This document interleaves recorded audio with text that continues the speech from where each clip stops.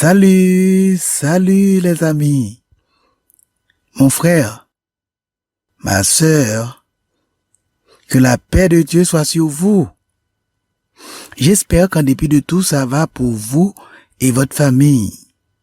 Je suis heureux aujourd'hui de vous parler de la Bible. Aujourd'hui, je vais commencer pour vous une série sur la Bible. Et je nommerai cette série Survol de la Bible. Donc, pendant plusieurs semaines, je vais survoler avec vous la Bible. Aujourd'hui, je vais vous parler des attaques contre la Bible. Je vais vous dire ce que les gens ont fait pour essayer de détruire la Bible. Je vais aussi vous parler de la popularité de la Bible. Popularité due à la mise en place de l'imprimerie. Donc l'imprimerie a beaucoup aidé à l'expansion de la Bible. Et aujourd'hui, l'Internet aide également à la Bible d'atteindre des populations très éloignées de la terre. Je vous demande, chers amis, de partager cet exposé avec vos amis. Je vous demande de le partager avec votre famille. Chers frères, chères sœurs, je vous prie de vous abonner à ma chaîne pour être au courant de mes prochains exposés. S'il vous plaît, abonnez-vous. Cliquez dès maintenant sur le bouton « Abonnez-vous ». Si vous voulez que d'autres personnes soient au courant de cet exposé, cliquez sur « Aimer ». Je souhaite à vous toutes et à vous tous bonne audition.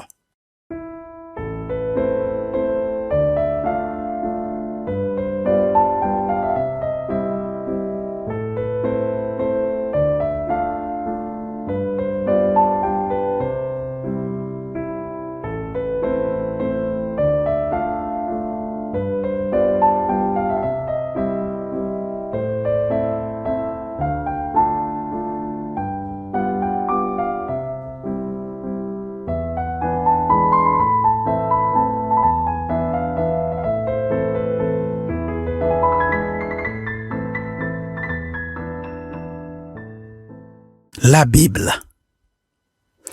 La Bible est la révélation écrite de la volonté de Dieu aux hommes. Son thème principal est le salut en Jésus-Christ.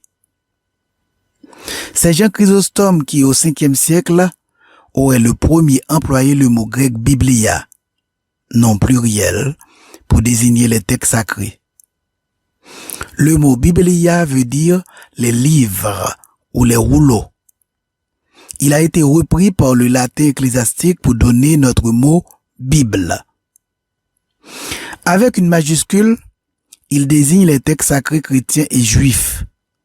Avec une minuscule, il désigne un ouvrage important.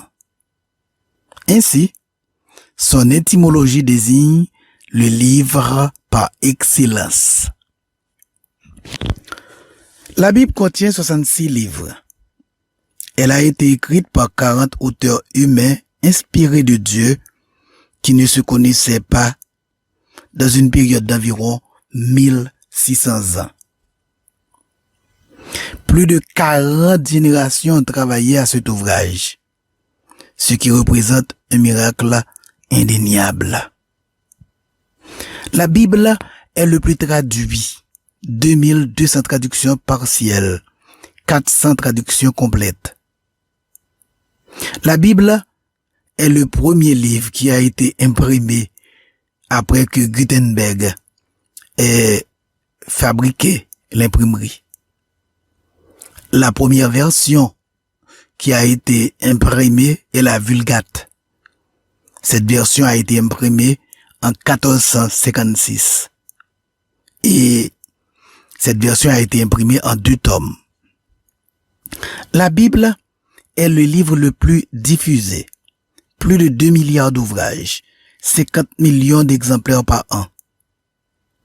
Elle est le livre le plus recopié pendant 3000 ans à la main. C'est celui dont on a le plus de manuscrits complets ou partiels.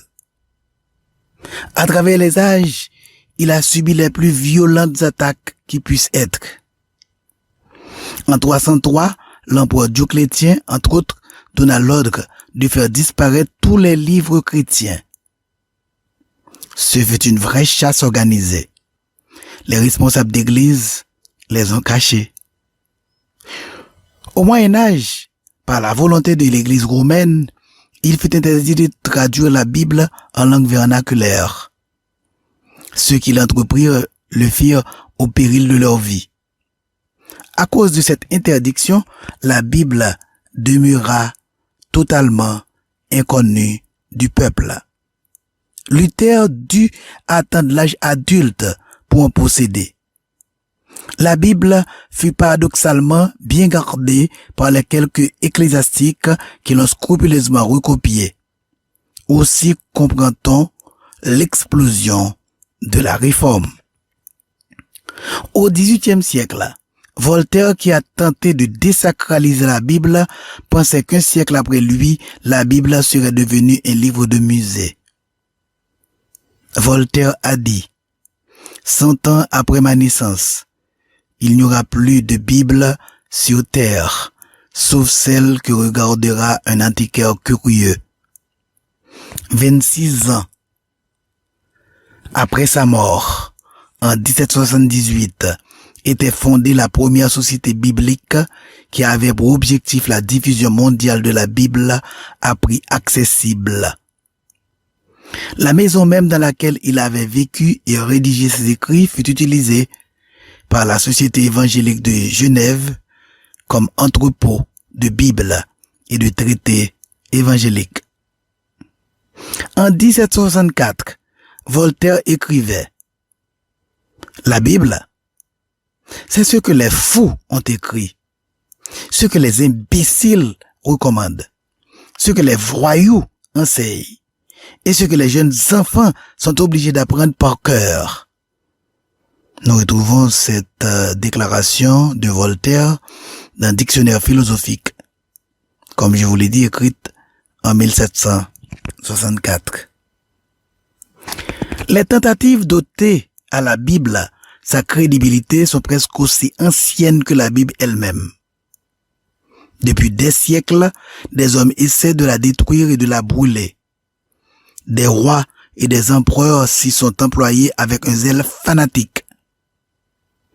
En 303, après Jésus-Christ, l'empereur romain Dioclétien publia un édit pour détruire tous les chrétiens et leurs livres saints.